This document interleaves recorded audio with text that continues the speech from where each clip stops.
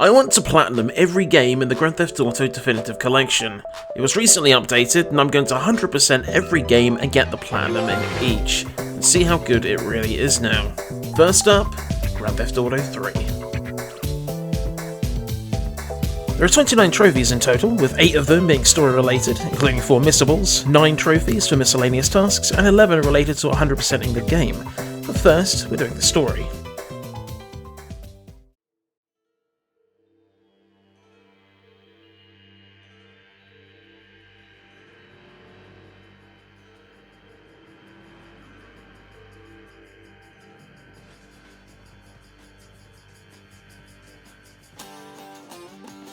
The game starts by us getting shot in the face after being betrayed by our partner in crime, Catalina, in a bank heist. Sorry, babe. I'm an ambitious girl.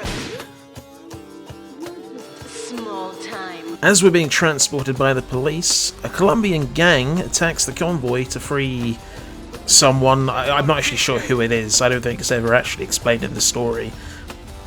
Oh, and they blow up the bridge for some reason. I don't know why. Maybe to stop them coming across the bridge following them? That's the only thing I can think of. We escape as well with a guy called 8-Ball and drive to a safe house and we're offered some work.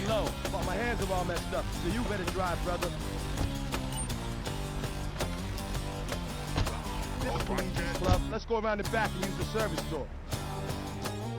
The first mission simply asks us to pick up a girl from the hospital and drive her back to the club. Grab a car and pick up a mistress from the clinic.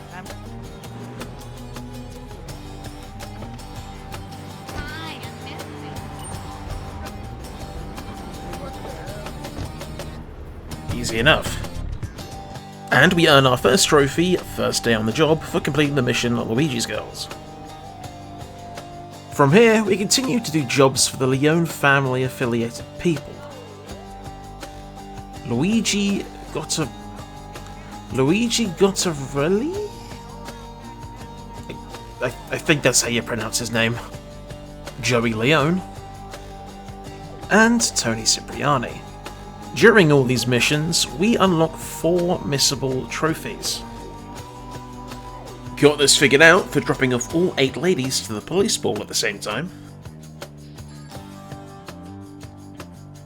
Without a scratch for delivering Mike Lip's car without damaging it while fitting it with a bomb. Planned ahead for taking out Chunky Lee Chong with another car bomb. And Mob Boss for keeping 2 Mafia members alive during the mission Triads and Tribulations. After this, we meet the Don himself, Salvatore Leone, the leader of the Leone family Mafia, and he has a few tasks for us, including one of the more famous missions in GTA 3, Bomb the Base, where we help 8-Ball get onto a Colombian ship to blow it up.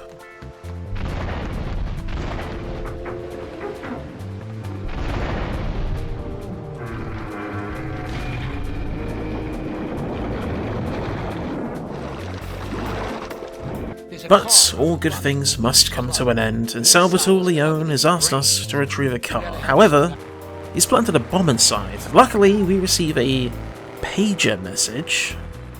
That's one of these things, by the way.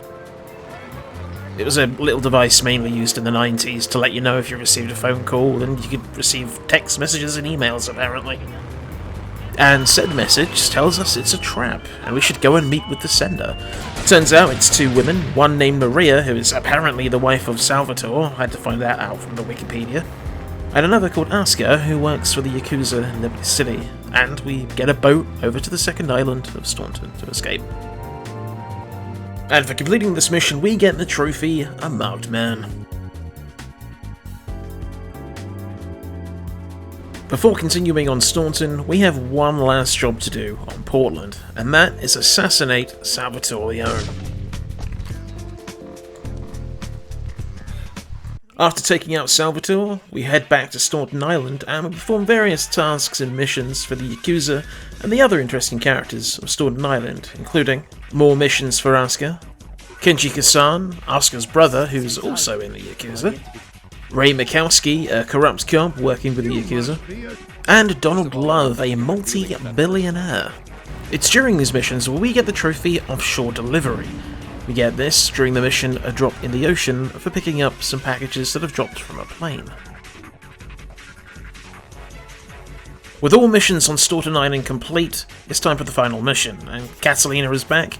She's killed Aska, taken Maria hostage, and she wants $500,000 as a ransom. So, with the final mission now available, we of course completely ignore it and get everything done for the 100% trophy first. To get 100% on GTA 3, we need to complete a long list of tasks. Out of all the games in the Definitive Collection, it has the least amount of stuff we need to do, but would still take multiple hours to complete. First up is the payphone missions. There are 17 of these in total, across all 3 islands, and they offer a variety of different mission types from races to assassination drill. And in one of these races, we get the By a Mile trophy for completing the race in under 180 seconds. And again, we get a new trophy, disposing of evidence for crashing a car at the junkyard during one of the Portland Dog Food Factory missions. And we gain yet another trophy, the A Gift from a King trophy, for completing the Kingdom Come telephone side mission. Next up is the RC car missions. Jump into a van, a little remote control car spawns. Use that car to destroy a gang vehicle, and you're done. You only need to destroy one of them. And once you've completed all 4, you get the Man Toys trophy.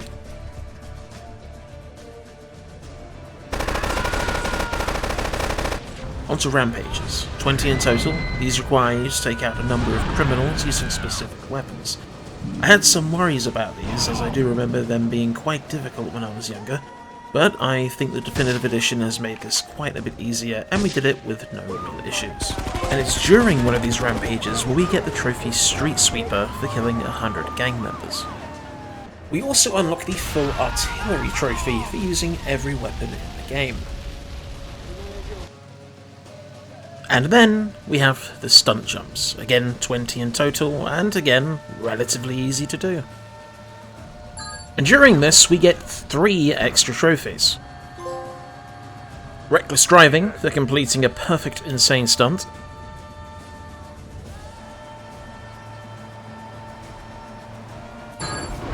We also get the trophy Right Hand Man for getting a criminal rating of 2,500.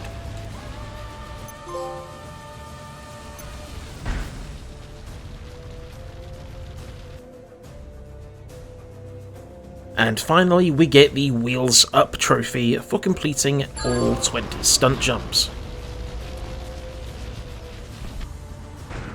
As for the 4 off-road missions, these are a series of checkpoint races against the clock. The first 3 were fine, completed them all relatively easily. The 4th one, however, was absolute hell, and I failed this again and again. The main issue was, at the start, it would automatically rain. This would massively reduce the amount of grip you had to climb the rocks at the beginning. It was then when I finally noticed that the rain would stop after a minute or so, and since the race doesn't start until you go through the first checkpoint, I just waited near the first one until it stopped raining. After that, I completed the race first try.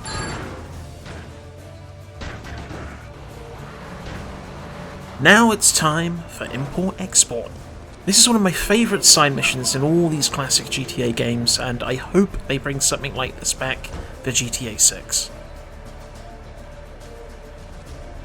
There are 3 lists of vehicles with 3 separate drop-off points for each, 2 of them at the Portland docks and the 3rd in Shoreside Vale.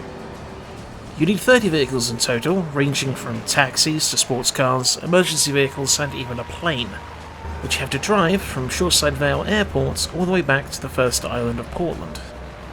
Some of the vehicles on this list are notoriously rare in the original game. However, I think in the Definitive Edition they must have upped the spawn rate, so it wasn't too difficult here. And while delivering a fire truck, I got the Come Out to Play trophy for beating down 25 gang members with a baseball bat. Time for a bit of a grind, tracking down all 100 hidden packages. Each time you unlock 10 packages, you will gain a weapon at your safe house, with gaining all 100 giving you a rocket launcher and $1 million. You also unlock the Liberty City Secrets trophy. And finally, we have the vehicle missions. We're combining all 4 vehicle jobs into this one: taxi, ambulance, firefighter, and vigilante. First up, taxi, the easiest of the jobs, which just requires us to take 100 fares. This also unlocks the Where To trophy. Now for vigilante. This requires 20 on each island, and you are tasked to hunt down wanted criminals and take them out. There's also a trophy for getting 15 in a row called Going Rogue. Next, and perhaps the most infamous side content in Grand Theft Auto 3, the ambulance missions. This requires you to complete level 12 of paramedic missions, which involve you going around the map to pick up patients and bring them back to the hospital, with each level adding an extra patient to the list. So, level 1 only requires 1 patient, level 2 requires 2 patients, all the way up to 12 patients. Given that the ambulance can only hold 3 extra people, for level 12 you have to make 4 round trips, all while under a timer. And if any patient is killed, by you or otherwise, you fail the entire thing and have to start from scratch.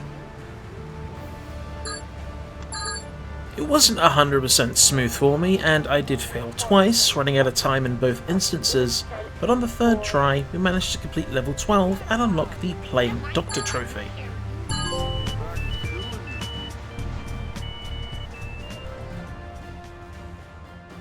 And finally, Firefighter. This requires us to extinguish 20 fires on each island. Also, we unlock a trophy called Splish Splash for putting out 15 fires in a row. After we have completed all these vehicle missions, we unlock the Furious First Responder trophy. We gained 3 extra trophies that don't really fit into this. You have Dirty Money for accumulating $1 million, Escape Artist for using 20 police bribes, and Liberty City Minute for surviving below 10 HP for 1 minute. And with all that complete, we only have 3 trophies left, with all to do but to finish the final mission. We arrive at the mansion Catalina is holding Maria with the $500,000 bounty. But, yet again, we are betrayed by Catalina, who takes the money and flees, leaving her guards to try and take me out. As they unarmed me before coming into the gate, I run towards a car and escape.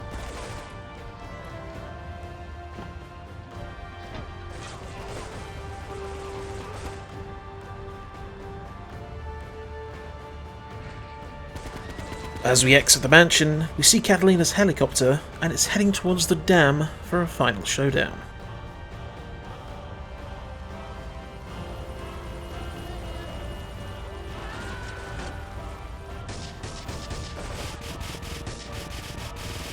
We charge into the dam and take out guards everywhere, attempting to dodge bombs being dropped by the helicopter. We finally get to the helipad, take out the last few guards, and pick up a rocket launcher to end Catalina once and for all. With Catalina gone and Maria rescued, the credits roll. And I guess it heavily implies that Claude takes out Maria as well. I mean, she was kind of annoying, so I get it, but a little bit weird. And as we leave the credits and come back into the game, we get the final 3 trophies. The first being Not So Fast for completing the final mission. The second being Is That All You've Got for 100%ing the game. And of course, the Platinum, King of Liberty City. If you've stuck around to the end of the video, I just want to say thank you. This is the first time that I've really made anything on YouTube like this. The last few days I've been trying to learn everything from scratch, from how to record correctly and how to edit videos. All this editing was done by myself. Definitely shows it. I don't have the best experience in video editing, but hopefully with this I can improve in the future, and I look forward to starting work on Vice City.